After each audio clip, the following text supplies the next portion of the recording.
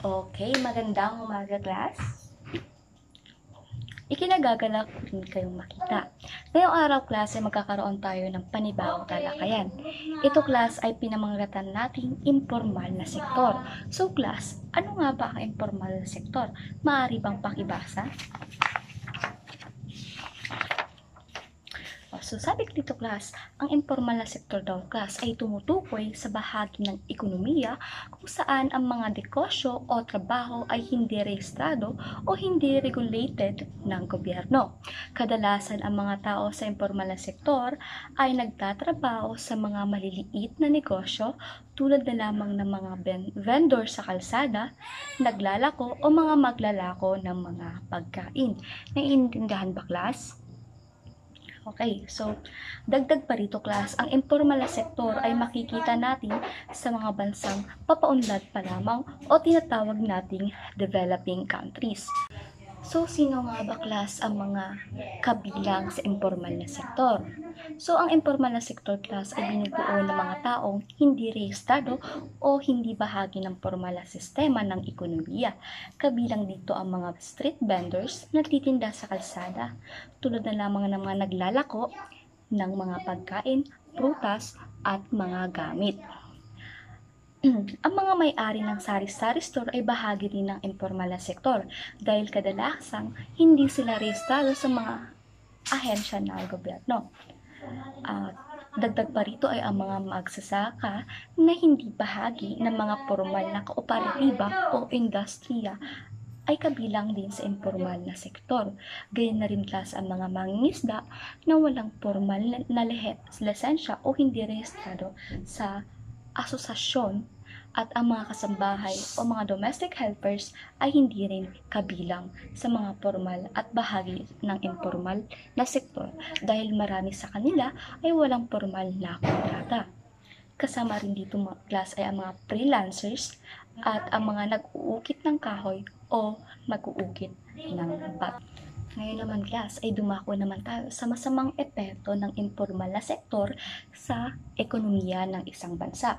So, unang narito, class, ay ang kita ng mga informal na sektor ay hindi na itala sa pambansang ekonomiya dahil ang mga negosyo at manggagawa nito ay hindi rehistrado o hindi sumusunod sa mga formal na sistema ng gobyerno.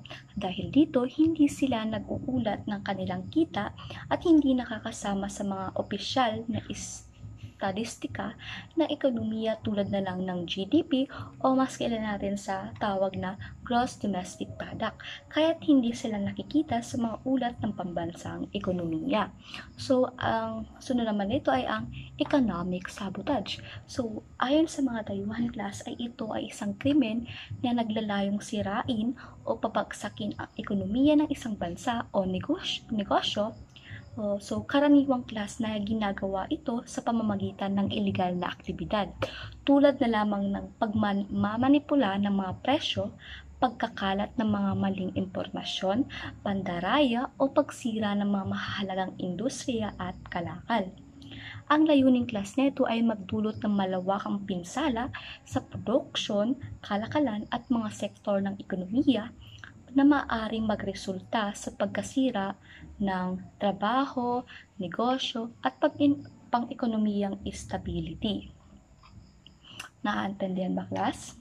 So, ngayon naman, class, ay dumako naman tayo sa mabuting epekto ng informal na sektor sa ating ekonomiya. So, ang informal na sektor, class, ay nagsisilbing pangsalo sa mga unemployed sa pamamagitan ng pagbibigay ng pagkakataon para makahanap ng trabaho kahit na walang formal na kontrata o benepisyo. So, halimbawa na rito, class, ay ang mga tao na nakakapasok sa formal na sektor ay maaaring magtinda sa kalsada, magbukas ng sari-sari store, o maging ang mga freelancer or freelance worker. So, sa ganitong paraan, class, is nakakatulong ang informal na sektor upang matugunan ang mga pangangailangan ng mga walang trabaho. So, ito rin, class, ay nakakahimok ng pagkonsumo sa pamamagitan ng abot kayang produkto o serbisyo dahil sa kakayahan nitong magbenta ng mga produkto na sa mas mababang presyo kumpara sa mga formal na tindahan. So, mas maraming mamimili, lalo na sa mga komunidad na mahihirap ang mga nakatira o mga palibot dito. So, ang mga negosyong informal ay madalas na nag-aalok ng mga pangunahing pangangailangan tulad nila mga pagkain, damit, at iba pang gamit sa pang-araw-araw sa buhay at nagpapadali sa pag-access ng mga mamimili sa mga produkto kaya tumataas ang pagkonsumo.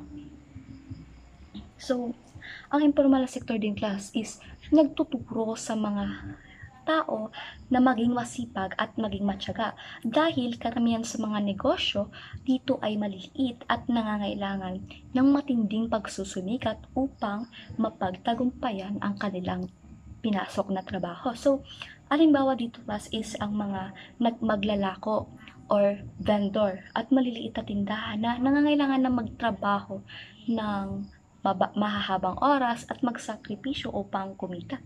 So, ang ganitong uri class ng trabaho ay nagpapalakas ng disiplina at determinasyon. Kaya't natututo ang mga tao na may masipag at maging matyaga sa paghahanap buhay. So, dumako naman tayo class sa mga institusyon na humahawak sa mga kabilang sa informal na sektor. So, narito ang TESDA, DOLE, DepEd at CHED. So, ano nga pa ang kampanya ng apat na ito?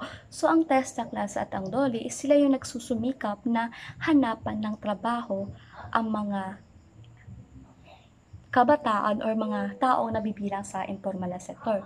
While yung nasa DepEd naman at CHED is sila naman yung nag-aalok ng libreng matrikula at scholarship sa mga kabataang kabilang nito.